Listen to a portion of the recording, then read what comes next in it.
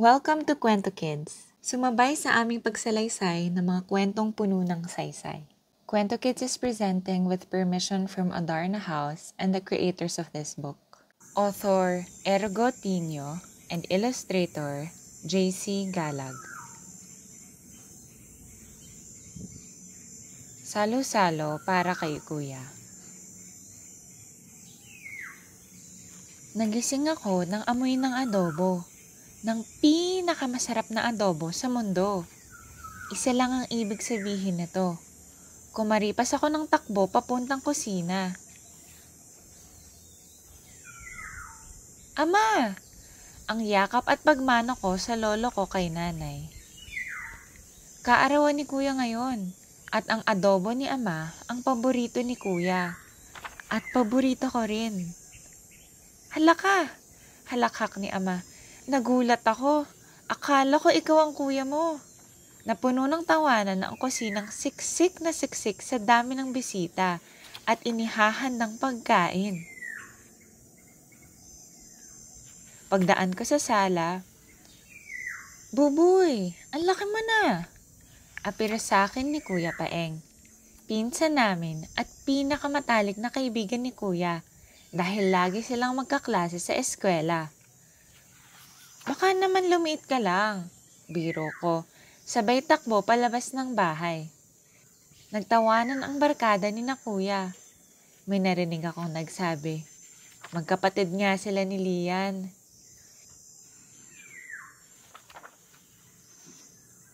Nagkakarga si tatay ng mga kuwadro at kahon ng mga larawan si inarkilang jeep.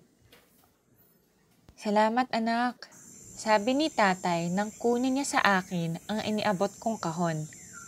Dahil 18 na si Kuya, naisip namin ni nanay na ipakita sa mga bisita ang mga gawa niya. Makapanang halian, nagsiksikan na kaming pamilya sa jeep. Kasama ng mga likha ni Kuya at napakaraming pagkain.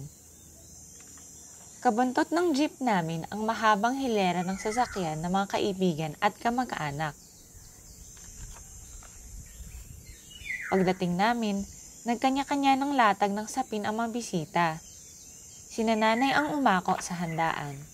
At tinulungan naman ako ng barkada ni na Kuya sa mga kwadro at kahon ng mga larawan. Galing talaga ni Kuya, no? Sabi ko kay Kuya Paeng pagkatapos naming maiayos ang mga gawa ni Kuya. Oo naman, ngiti niya. Itong portrait ni Mrs. Chavez, ginawa to ni Lia nung nagalit si Ma'am sa klase. Mabilisan lang. Pero ayun, napangiti agad si Ma'am. Tumawa si nanay mula sa kalapit na mesa. Naku, diskarte talaga niya yan. May isang kwadro dyan. May mga drawing ng iba't ibang bagay na palaging may katabing batang masaya. Ibinibigay sa amin ng tatay niya tuwing may gusto siyang ipabili. Siguro, wala pa siyang 5 taon noon. Pero alam na agad naming magaling siya mag-drawing.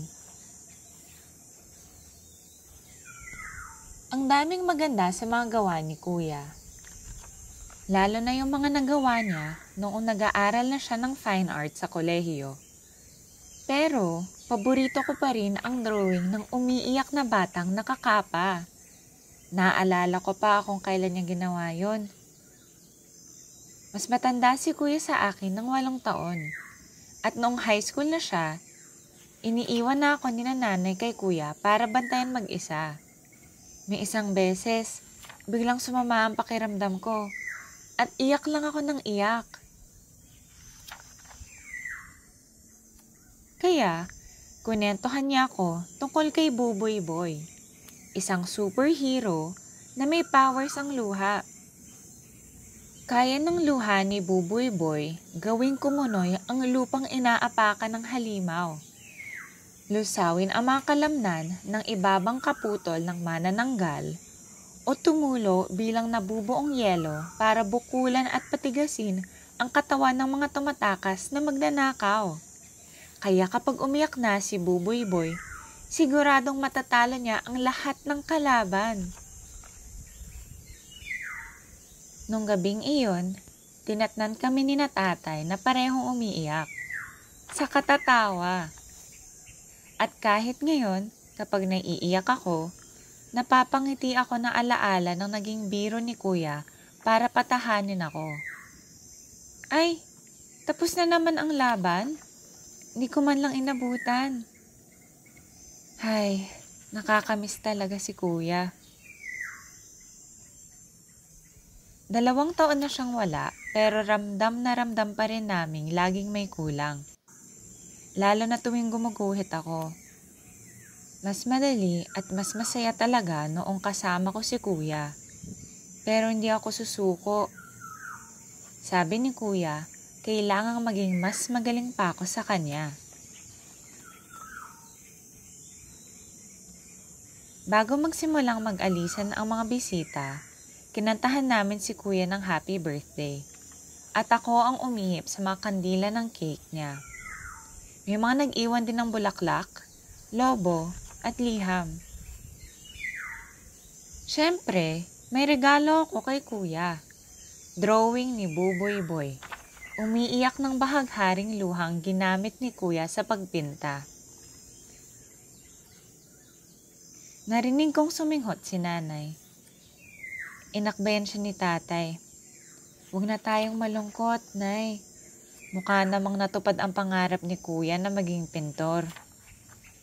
At itinuro niya ang maraming anyo ng ulap sa makulay na langit ng papalubog na araw. Ang galing talaga ng kuya ko.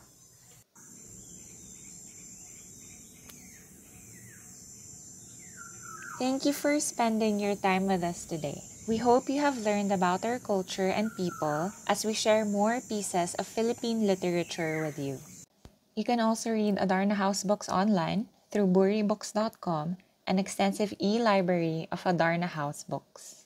Please don't forget to like this video, subscribe to our channel for more exciting tales, and share it with your friends and family who love reading and learning as well. Mabuhay ang pagbasa!